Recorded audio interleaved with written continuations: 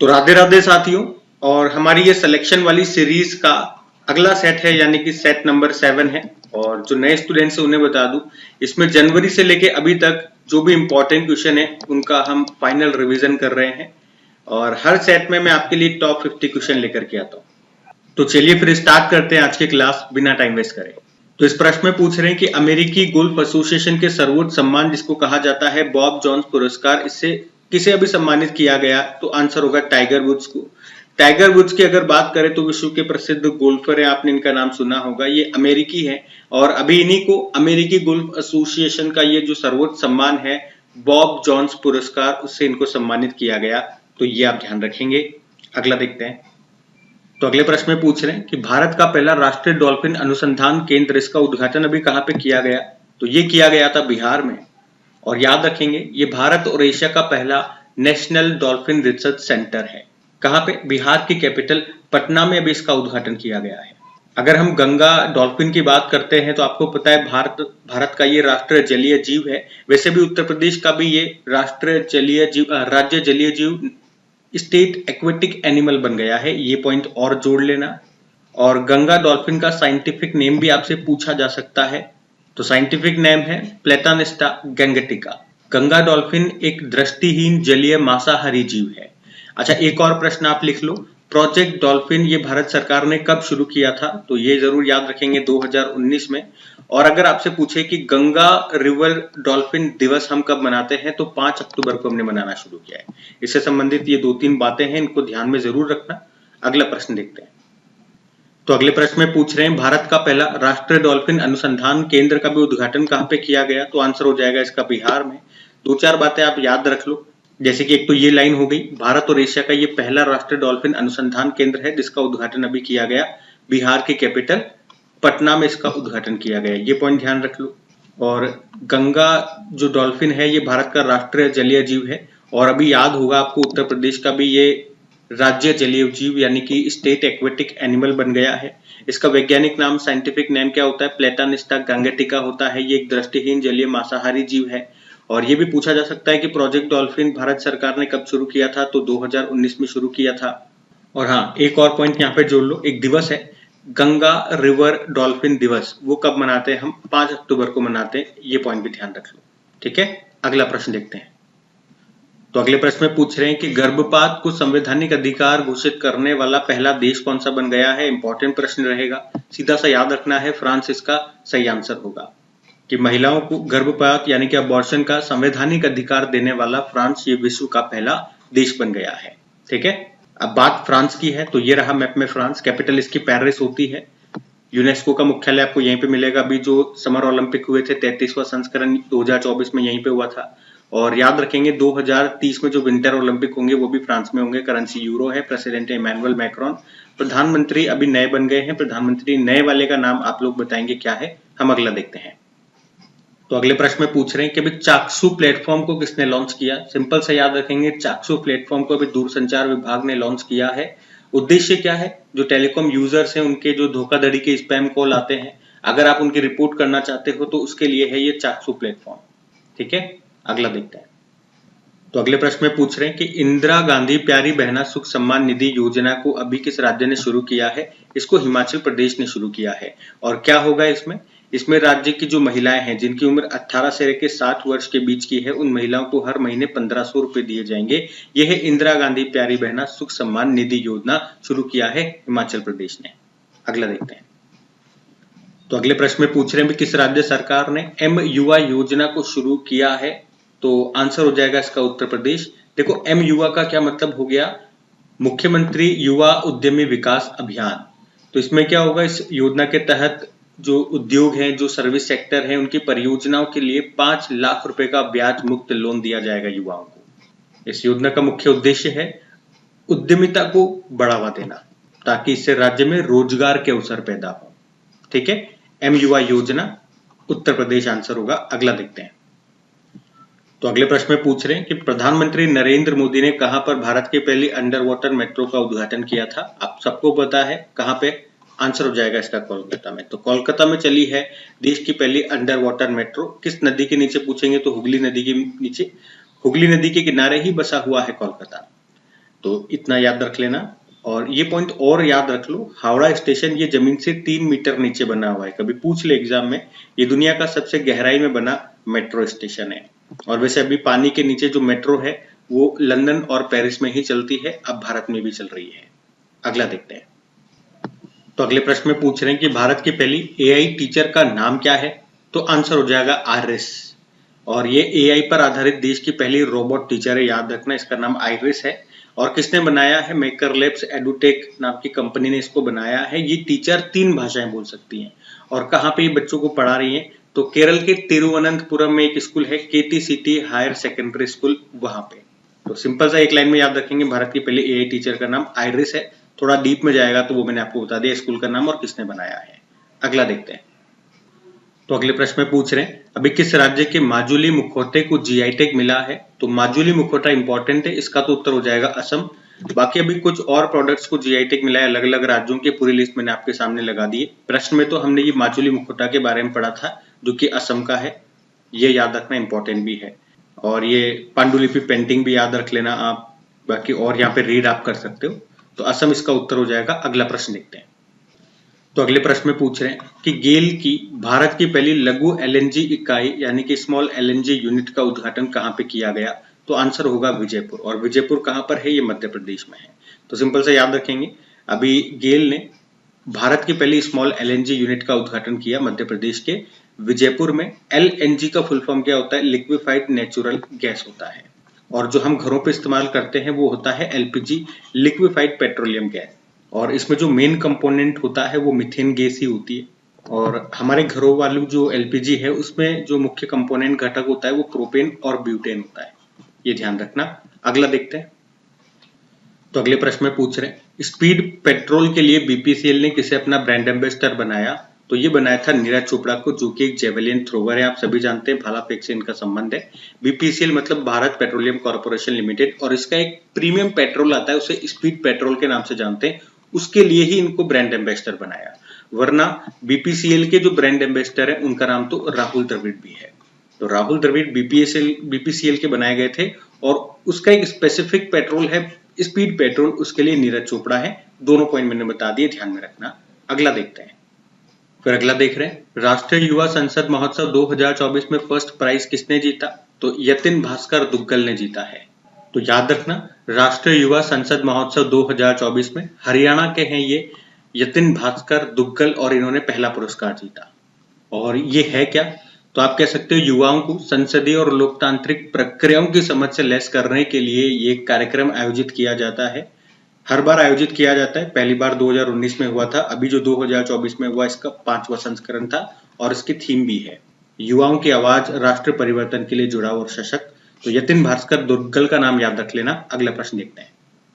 तो अगले प्रश्न में पूछ रहे हैं, अंतरराष्ट्रीय महिला दिवस 2024 या अंतरराष्ट्रीय महिला दिवस इंटरनेशनल वुमेन डे कब मनाया जाता है? तो हर साल ये हम 8 मार्च को मनाते हैं, ये आपको याद होगा।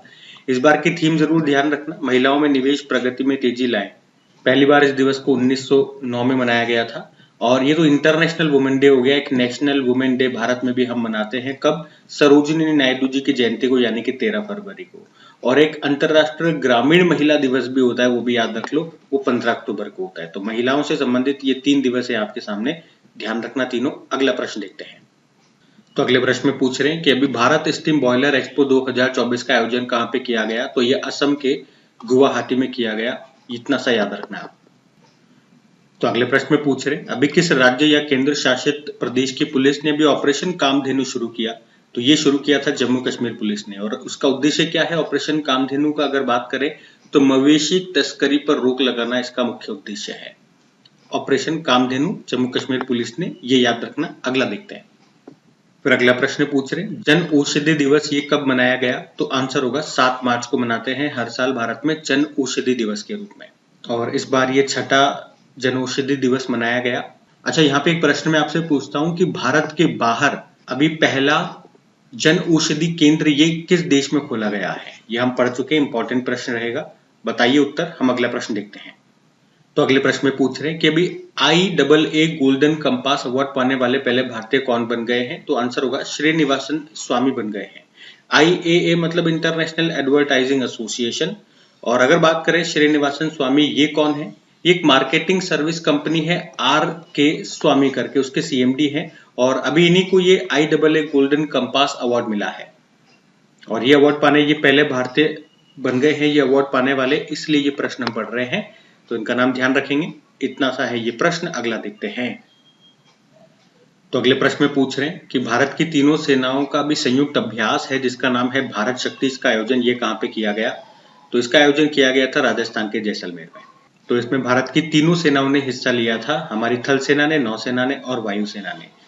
और जो एक्सरसाइज किया था उसका नाम याद रखना क्या है? भारत शक्ति है। कहाँ पे? राजस्थान के जैसलमेर में। अगला देखते हैं। तो अगला प्रश्न पूछ रहे हैं, खसरा और रुबेला चैंपियन पुरस्कार से अभी किस देश को सम्मानित किया गया? तो आंसर इसका हो जाएगा क्या? भारत। और भारत को ये पुरस्कार खसरा और रुबेला रोग की रोकथाम के प्रयासों के लिए दिया गया है। तो इतना सा याद रखेंगे, ये खसरा और रुबेला चैंपियन पुरस्कार मिला भी किसे? भारत को। फिर अगले प्रश्न में पूछ रहे हैं, सी डिफेंडर्स 2024 अभ्यास का आयोजन भारत और किस देश के तट रक्षक बलों के बीच में हुआ? तो ये भारत और अमेरिका के बीच में हुआ था। कौन सा एक्सरसाइज है? सी डिफेंडर एक्सरसाइज है। भारत और अमेरिका के कोस्ट गार्ड फोर्सेस तट रक्षक बलों के बीच में हुआ था। कहाँ पे? अंडमान निकोबार के पोर्ट ब्लेयर में। और आपके लिए प्रश्न बन गया यहाँ पे कि पोर्ट ब्लेयर का नाम अभी चेंज हो चुका है, चेंज करके क्या कर दिया गया, यही आपके लिए प्रश्न है। वैसे भारतीय तटरक्षक बल के अब डायरेक्टर जनरल राकेश पाल नहीं है, इनका निधन हो चुका है, तो ये ध्यान में रखना। अगला देखते हैं। तो अगले प्रश्न में पूछ रहे हैं, अभी केंद्र सरकार ने उन्नति योजना 2024 को मंजूरी दे दी है और इसके लिए 10 सालों के लिए भी कैबिनेट ने कितने रुपए मंजूर किए हैं? तो याद रखना आंसर हो जाएगा 10,037 करोड़ रुपए। देखो पहले उन्नति योजना अगर आपसे पूछे तो इसकी फुल फॉर्म क्या होती है? फुल फॉर्म से आपको पूरा समझ में आ जाएगा। उत्तर पूर्व ट्रांसफॉर्मेटिव इंडस्ट्रियलाइजेशन स्कीम, नाम से समझ में आ रहा है आपको। इसका उद्देश्य क्या होगा? उत्तर पूर्वी भारत में औद्योगिकीकरण को बढ़ावा देना। और अभी कैबिनेट ने इस योजना को मंजूरी दे दी और इसके लिए 10 सालों के लिए इतने रुपए खर्च किए जाएंगे। ये है योजना, ठीक है। अगला देखते हैं। तो अगले प्रश्न में पूछ रहे हैं, इंपॉर्टेंट प्रश्न है, इरास्मस पुरस्कार के लिए भी किसे चुना गया था? तो आंसर हो जाएगा अमिताभ घोष को। तो अमिताभ घोष को इरास्मस पुरस्कार मिला, भारतीय लेखक हैं ये।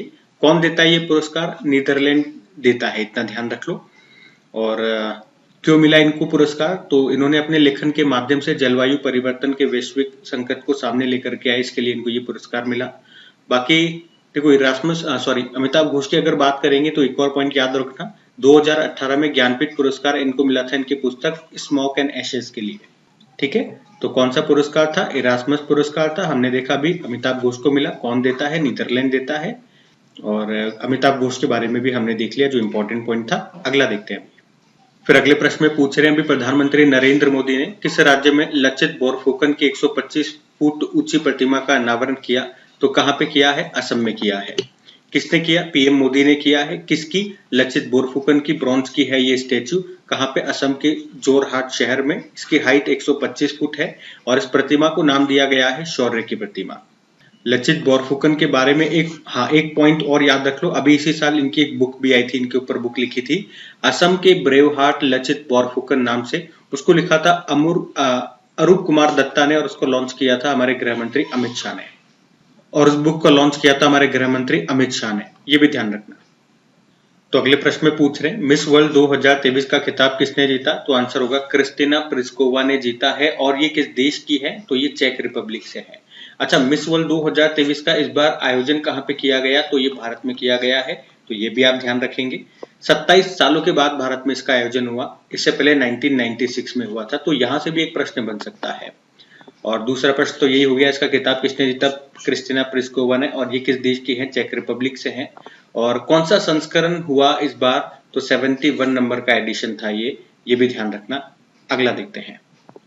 अच्छा, वैसे मैं आपको ये भी बता दूं कि अभी तक 6 भारतीय हैं जो मिस वर्ल्ड का खिताब जीत चुकी हैं, जिसमें पहली का नाम था रीता फारिया 1966 में और आखिरी थी मानुषी छिल्लर 2017 में विजेता रही थी, तो ये भी ध्यान रखें। अगला देखते हैं। तो अगला देखते हैं, राष्ट्रीय अनुसूचित जनजाति आयोग का सदस्य अभी किसे बनाया गया है? तो आंसर हो जाएगा आशा लाकड़ा को। आशा लाकड़ा वे रांची की पूर्व मेयर है, वे रांची से बिलोंग करती हैं और अभी उन्हीं को राष्ट्रीय अनुसूचित जनजाति आयोग की बात करें, ये एक भारतीय संवैधानिक निकाय है। तो अभी पीएम मोदी ने अरुणाचल प्रदेश के सेला टनल का उद्घाटन किया है ये चीन सीमा पर बनाई गई है। ये दुनिया की सबसे लंबी 2 लेन वाली टनल है। 13,000 फुट की ऊंचाई पर यह बनी है टनल और इसे बॉर्डर रोड ऑर्गेनाइजेशन ने बनाया है।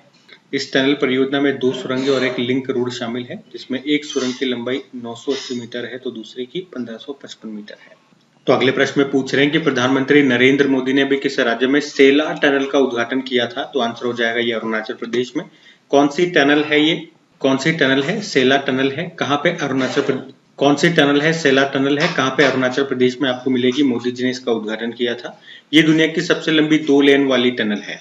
13,000 फुट की ऊंचाई पर ये बनी है टनल और बॉर्डर रोड ऑर्गेनाइजेशन ने बनाया था। और ये जो सेला टनल है, इसमें आपको 2 सुरंगें देखने को मिलेगी और एक लिंक रोड शामिल है, जिसमें एक सुरंग की लंबाई तो 980 मीटर है और दूसरी सुरंग की लंबाई 1555 मीटर है। सेला टनल याद रखना, सेला टनल याद रखना, अरुणाचल प्रदेश में आपको मिलेगी।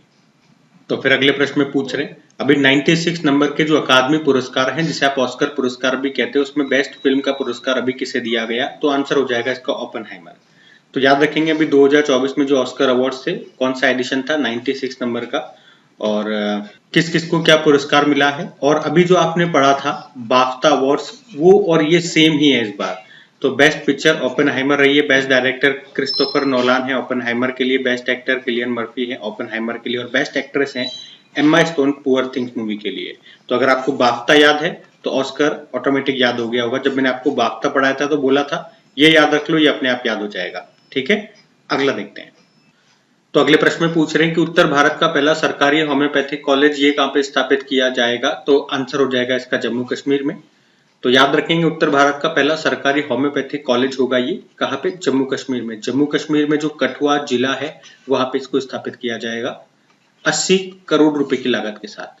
अच्छा, ये और ध्यान रखना कि होम्योपैथिक के आविष्कारक कौन कहे जाते हैं? Samuel Hahnemann. और वर्ल्ड होम्योपैथी डे हम 10 अप्रैल को मनाते हैं। अगला देखते हैं। तो अगले प्रश्न में पूछ रहे हैं, प्रधानमंत्री नरेंद्र मोदी ने किस राज्य की महतारी वंदना योजना को भी लॉन्च कर दिया है? तो ये छत्तीसगढ़ की योजना है। और क्या होता है इस योजना में? इस योजना में जो विवाहित महिलाएं हैं उनको हर महीने 1,000 रुपए दिए जाएंगे और उन महिलाओं की जो आयु है वो 21 साल से ज्यादा होनी चाहिए। तो ये है महतारी वंदना योजना, छत्तीसगढ़ की। अगला देखते हैं। फिर अगले प्रश्न में पूछ रहे हैं, अभी एक नौसेना अभ्यास है जिसका नाम है कटलेस एक्सप्रेस एक्सरसाइज। इसका आयोजन कहाँ पे किया गया? तो ये किया गया है सेशल्स में ही। तो एक्सरसाइज का नाम क्या हो गया? कटलेस एक्सप्रेस एक्सरसाइज हो गया। ये एक नेवल एक्सरसाइज है, बहुराष्ट्रीय अभ्यास है, यानी कि बहुत सारे देशों ने हिस्सा लिया है। कहाँ पे हुआ? सेशल्स के पोर्ट विक्टोरिया में हुआ है। भारतीय नौसेना ने भी हिस्सा लिया। भारतीय नौसेना की तरफ से INS तीर ने इसमें हिस्सा लिया था। सेशल्स की अगर हम बात करते हैं तो ये यहाँ पर सेशल्स है जिसकी कैपिटल विक्टोरिया होती है। सेशल्स रुपी करेंसी है और प्रेसिडेंट है वेवल रामकलावन। आप मुझे बताइए, सेशल्स के साथ भी भारत ने एक और एक्सरसाइज किया था, उस एक्सरसाइज का नाम क्या है? वो भी सेशल्स में ही हुआ था, तो उसका नाम बताइए, एक्सरसाइज का नाम क्या है? अगला देखते हैं। फिर अगले प्रश्न में पूछ रहे हैं, अभी किसे मिस वर्ल्ड ह्यूमैनिटेरियन अवार्ड से सम्मानित किया गया? तो ये किया गया नीता अंबानी को। आप जानते हो रिलायंस फाउंडेशन की चेयरपर्सन है। और कहाँ पे इनको ये सम्मान मिला? अभी हमने कहा था भारत में भी कहा, मुंबई में जो 71 नंबर का मिस वर्ल्ड पेंजेंट का आयोजन हुआ था, वहीं पे मिस वर्ल्ड ह्यूमैनिटेरियन अवार्ड से इनको सम्मानित किया गया, नीता अंबानी को। इतना याद रखना। अगला देखते हैं। तो अगले प्रश्न में पूछ रहे हैं, भारत की पैरालंपिक समिति का नया अध्यक्ष किसे बनाया गया था? तो ये देवेंद्र झाझरिया को बनाया गया था। 2 बार के पैरालंपिक स्वर्ण पदक विजेता है देवेंद्र झाझरिया।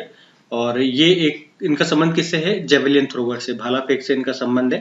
अभी भारतीय पैरालंपिक समिति का इनको नया अध्यक्ष बनाया गया। पूछोगे इन्होंने किनका स्थान लिया? तो दीपा मलिक का इन्होंने स्थान लिया है। अच्छा, ये तो भारतीय पैरालंपिक समिति हो गया। अगर आपसे पूछे भारतीय ओलंपिक समिति की अध्यक्ष कौन है इस टाइम पे? PT उषा है। और इस पद पर आने वाली ये पहली महिला भी है, तो वो भी नाम ध्यान रखें आप। अगला देखते हैं। तो अगला प्रश्न बुक से है और इंपॉर्टेंट बुक है। बुक का नाम है द कॉन्स्पिरेसी। इस बुक को किसने लिखा है? तो आंसर होगा गोतबाया राजपक्षे। आप जानते हो कौन है ये? तो ये श्रीलंका के पूर्व राष्ट्रपति है गोतबाया राजपक्षे और इन्होंने ये बुक लिखी है। द कॉन्स्पिरेसी इसका नाम है। अब आपके लिए 2 प्रश्न आ जाते हैं। अभी डेली करंट अफेयर्स में हमने देखा श्रीलंका के नए प्रेसिडेंट और नए प्रधानमंत्री ये कौन बन गए हैं, इन दोनों के उत्तर आपको करना है। इंपॉर्टेंट क्वेश्चन है, आपको याद होने चाहिए नाम। अगला हम देखते हैं। फिर अगला प्रश्न देखो, अंतरराष्ट्रीय महिला न्यायाधीश दिवस, ये भी इंपॉर्टेंट है। और इम्पोर्टेंट क्यों हो जाता है, क्योंकि पहली बार अभी 2022 में हमने इसको मनाना शुरू किया है। और ये दिवस याद रखना 10 मार्च को मनाया जाता है। थीम क्या है? Women in justice, women for justice. बाकी महिलाओं से संबंधित ये 2-3 अवार्ड मतलब दिवस और है, जैसे कि इंटरनेशनल वुमेन डे हमने देखा 8 मार्च, नेशनल वुमेन डे 13 फरवरी और अंतर्राष्ट्रीय ग्रामीण महिला दिवस 15 अक्टूबर। ये भी ध्यान रखें आप। अगला प्रश्न देखते हैं। तो अगले प्रश्न में पूछ रहे हैं, अभी किस राज्य सरकार ने निंगल नालामा योजना को शुरू किया था? तो ये किया था तमिलनाडु ने। निंगल नालामा का अर्थ होता है क्या आप ठीक है? तो इस योजना का उद्देश्य है जितनी भी राज्य सरकार योजनाएं चला रही है, राज्य में जितनी भी सरकार की योजनाएं चल रही है, तो उनका कार्यान्वयन की समीक्षा करना, मतलब सब सही तो चल रहा है ना, यह देखना, जनता की शिकायतों का समाधान करना, उसके लिए ये योजना शुरू किया तमिलनाडु ने। इतना याद रखना। तमिलनाडु के कैपिटल तो चेन्नई है, मुख्यमंत्री M.K. स्टालिन है। अगला देखते हैं।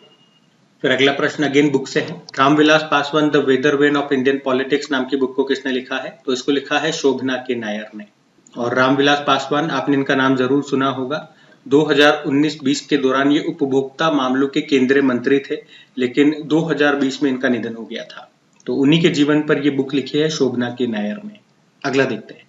फिर पूछ रहे हैं कि federation of Indian export organisation का नया अध्यक्ष किसे बनाया गया है? तो आंसर होगा अश्विनी कुमार को बनाया गया है। और इन्होंने शक्तिवेल का स्थान लिया। और अगर बात करें, ये जो भारतीय निर्यात संगठन संघ है, जैसे आप अंग्रेजी में federation of Indian export organisation बोलते हो, इसका काम क्या है? तो ये राज्य सरकार को निर्यात रणनीति तैयार करने में मदद करता है और व्यापार को सुविधाजनक बनाने के लिए भारत सरकार को सलाह देने का ये काम करता है, जिसके अध्यक्ष बन गए हैं अभी अश्विनी कुमार। अगला देखते हैं। तो अगले प्रश्न में पूछ रहे हैं, अभी राष्ट्रीय अनुसूचित जाति आयोग का अध्यक्ष किसे बनाया गया? तो आंसर हो जाएगा किशोर मकवाना को बनाया गया है। तो याद रखना भी, राष्ट्रपति द्रौपदी मुर्मू जी ने ही किशोर मकवाना को अभी राष्ट्रीय अनुसूचित जाति आयोग का अध्यक्ष नियुक्त किया है। इन्होंने विजय सांपला का स्थान लिया। अच्छा, इन्हीं के साथ लव कुश कुमार का नाम भी याद रख लेना, क्योंकि उनको इस आयोग का सदस्य नियुक्त किया गया है। राष्ट्रीय अनुसूचित जाति आयोग की बात करें तो एक काम करते हैं, ये 2 अनुच्छेद आप याद रख लेना, बाकी और सब मैंने यहाँ पे लिख दिया है, डिटेल में मैं अभी नहीं समझा रहा हूँ। वो डेली करंट अफेयर्स और वीकली मंथली में समझा चुका हूँ। अभी सिर्फ इतना बता रहा हूँ, राष्ट्रीय अनुसूचित जाति आयोग, इसका अनुच्छेद में आपको किसमें मिलेगा? 338 में। और राष्ट्रीय अनुसूचित जनजाति आयोग की बात करोगे तो अनुच्छेद आर्टिकल 338A में आपको मिलेगा। ठीक है, तो ये 2 याद रख लो। अगला देखते हैं। अगला प्रश्न देखो, अगला प्रश्न भी इंपॉर्टेंट है। अभी प्रित्जकर पुरस्कार 2024 को किसने जीता है? तो इसको जीता है रिकेन यामामोटो ने। तो प्रित्जकर पुरस्कार ये इंपॉर्टेंट क्यों है? इसे वास्तुकला का नोबेल पुरस्कार कहा जाता है। हर साल ये दिया जाता है और ये प्रश्न इंपॉर्टेंट है। इस साल का रिकेन यामामोटो ने जीता। आप पूछोगे किस देश से बिलोंग करते हैं? तो जापान से बिलोंग करते हैं। लास्ट टाइम का भी अगर आपको याद हो, 2023 का डेविड चिपरफील्ड को मिला था। कई बार मैंने आपको रिवाइज कराया। अच्छा, किसी भारतीय को भी ये पुरस्कार मिल चुका है क्या? तो पहले भारतीय कौन थे ये पुरस्कार पाने वाले? वो बालकृष्ण दोषी थे। और उन्हें कब मिला था ये पुरस्कार? तो 2018 में मिला था। तो ये नाम याद रख लो। मैंने इस साल का बता दिया, पिछले साल का आपको बता दिया और पहले भारतीय बता दिए। ठीक है, अगला प्रश्न देखते हैं। तो अगला प्रश्न पूछ रहे हैं, भारत ने अभी अपनी पहली इंटरकॉन्टिनेंटल बैलिस्टिक मिसाइल का भी सफल परीक्षण किया, उसका नाम क्या है? तो उसका नाम अग्नि 5 है। इसके बारे में कुछ पॉइंट बता दूं मैं आपको। तो ये भारत की अपनी पहली इंटरकॉन्टिनेंटल बैलिस्टिक मिसाइल है अग्नि 5, और इसी का भी सफल परीक्षण किया गया है। और कहाँ पे किया? तो उड़ीसा में जो डॉक्टर APJ अब्दुल कलाम द्वीप है वहां पे किया गया। और MIRV टेक्नोलॉजी से लेस है ये, मतलब multiple independently targetable re entry vehicle. मतलब आप इसको एक बार लॉन्च करोगे तो ये कई टारगेट को हिट करेगी, इसका ये मतलब हो गया। इसकी अगर रेंज की बात करें, 5000 किलोमीटर से ज्यादा इसकी रेंज है अग्नि 5 की। और इसकी स्पीड की बात करोगे तो 24 मैक। 1 मैक का मतलब होता है स्पीड ऑफ साउंड, तो 24 गुना है ये साउंड की स्पीड से। और एक और पॉइंट याद रखना कि ये जो परीक्षण किया गया, ये मिशन दिव्यास्त्र के अंतर्गत किया गया है। ठीक है, ये 2-4 बातें मैंने आपको बताई, मोटी मोटी इंपॉर्टेंट बातें, वो ध्यान में रखना। अगला प्रश्न देखते हैं। तो अगला प्रश्न है कि प्रधानमंत्री नरेंद्र मोदी ने अभी देश का पहला एलिवेटेड अर्बन एक्सप्रेसवे का उद्घाटन किया। कहाँ पे किया? तो ये किया है हरियाणा में। इससे भी कुछ बातें जो निकल के आती है मोटी मोटी मैं आपको बता दूं। एक तो मोदी जी ने इसका उद्घाटन किया हरियाणा में। ये देश का पहला एलिवेटेड अर्बन एक्सप्रेसवे है और इसका नाम द्वारका एक्सप्रेसवे रखा है। इतना इसमें लागत आई है बनाने में। और ये देश का पहला ऐसा एलिवेटेड अर्बन एक्सप्रेसवे है जो सिंगल पिलर पर 8 लेन रोड का है। और लंबाई की बात करोगे तो 29 किलोमीटर इसकी लंबाई है और ये दिल्ली से हरियाणा के गुरुग्राम को जोड़ेगा। तो ये पॉइंट्स ध्यान में रखना। अगला देखते हैं। तो अगले प्रश्न में पूछ रहे हैं, एक बुक है जिसका नाम है महास्वप्निकुडु। इस बुक को किसने लिखा है? तो इसको लिखा है एक पत्रकार जिनका नाम है पी विक्रम। और ये जो बुक है ये आंध्र प्रदेश के जो मुख्यमंत्री हैं एन चंद्रबाबू नायडू, उन्हीं के बारे में है। ये उनके करियर के बारे में बताती है और इसको लॉन्च किया था सुप्रीम कोर्ट के पूर्व न्यायाधीश गोपाल गौर ने। तो बुक का नाम महास्वप्निकुडु है, इसने लिखा है, इनके बारे में है, इन्होंने लॉन्च किया है। अगला देखते हैं।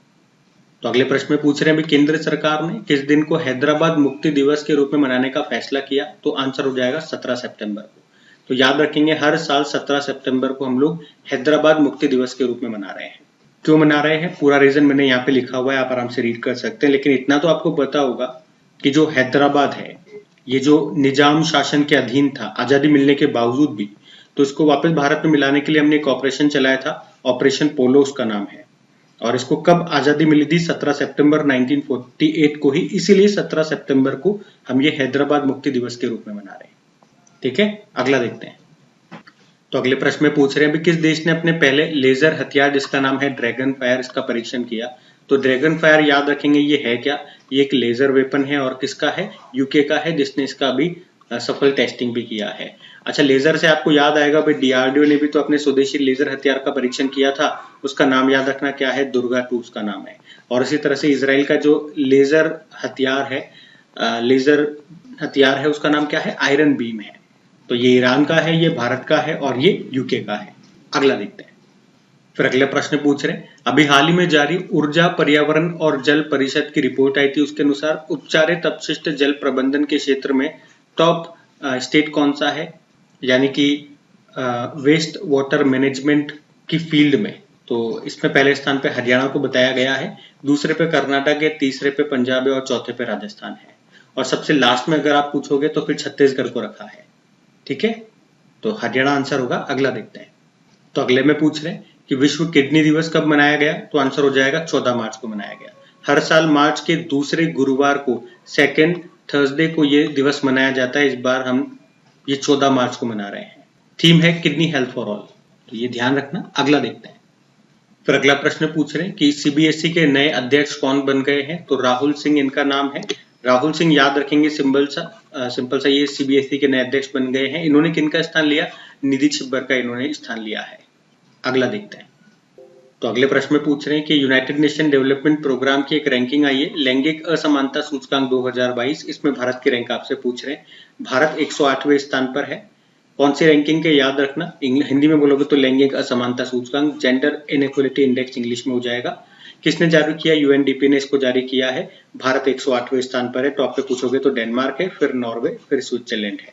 और यूनाइटेड नेशन डेवलपमेंट प्रोग्राम की अगर बात करते हैं तो इसके हेडक्वार्टर आपको मिलेगा न्यूयॉर्क में, तो ये ध्यान रखना। अच्छा, इसी से संबंधित अभी एक और इंडेक्स हम पढ़ेंगे आगे, वो अभी मैं आपको आगे बताऊंगा। तो अगले प्रश्न में क्या पूछ रहे हैं कि रणजी ट्रॉफी 2023-24 का खिताब किसने जीत लिया है? तो इसको जीत लिया है मुंबई ने। तो रणजी ट्रॉफी आप सभी को पता है, इसका संबंध क्रिकेट से है। और कुछ पॉइंट्स आप देख लो यहाँ पे।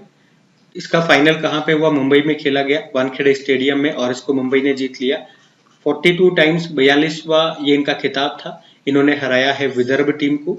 और मुंबई टीम के कप्तान अजिंक्य रहाणे रहे, विदर्भ टीम के कप्तान अजय वाडेकर थे। और प्लेयर ऑफ द मैच रहे मुंबई के मुशीर खान, और प्लेयर ऑफ द सीरीज रहे हैं मुंबई के तनुष कोटिया।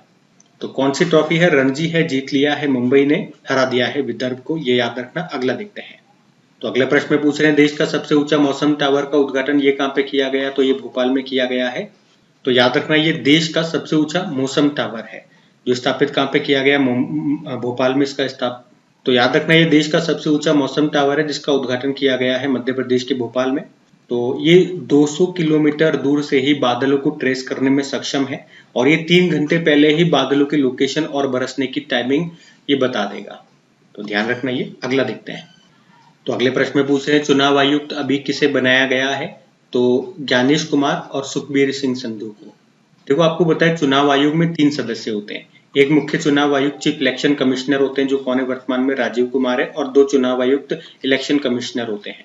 अभी तक कौन थे? अरुण कुमार गोयल थे जिन्होंने इस्तीफा दे दिया था, और अनूप पांडे जो रिटायर्ड हो गए थे, इसी साल रिटायर्ड हुए थे। तो उनकी जगह पे अब ये दो नए आ गए हैं, ज्ञानेश कुमार और सुखबीर सिंह संधू इनका नाम है, ये जरूर याद रखना।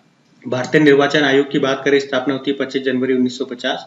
पहले मुख्य चुनाव आयुक्त सुकुमार सेन और पहली महिला में वीएस रमा देवी थी, तो ये ध्यान में रखना। और हाँ, सेशन एंड होने के कगार पर आ गए हैं, एक बार फिर से याद दिला दूं, सेशन अगर आपको पसंद आ रहे हैं, ये सेट आप चाहते हैं इसी तरह से चलते रहे, हर दिन टॉप 50 इंपॉर्टेंट क्वेश्चन मैं आपको इसी फॉर्मेट में रिवाइज कराता रहूं, तो प्लीज वीडियोस को सपोर्ट भी करें। एक तो अभी तक आपने वीडियो को लाइक नहीं किया होगा, तो प्लीज वीडियो को लाइक जरूर करें। अपने दोस्तों के साथ में कम से कम एक स्टडी ग्रुप में यार वीडियो को शेयर जरूर कर देना। ये एक मेरी छोटी सी आपसे रिक्वेस्ट है, पूरे सेशन में मैंने आपको कहीं पर भी डिस्टर्ब नहीं किया, लेकिन अब लास्ट में आपसे रिक्वेस्ट कर रहा हूँ, तो इसे कर जरूर देना, क्योंकि आपके सपोर्ट के बिना बहुत मुश्किल है इसे रन कर पाना, क्योंकि रेस्पॉन्स नहीं मिल रहा है। फिर भी मैं आप लोगों के लिए इसको चलाए जा रहा हूँ, पूरी मेहनत करे जा रहा हूँ, टाइम दिए जा रहा हूँ। सिर्फ आपसे आपका 1 मिनट मांगता हूँ वीडियो को लाइक और शेयर करने में, ठीक है? अभी अगला और प्रश्न देखते हैं।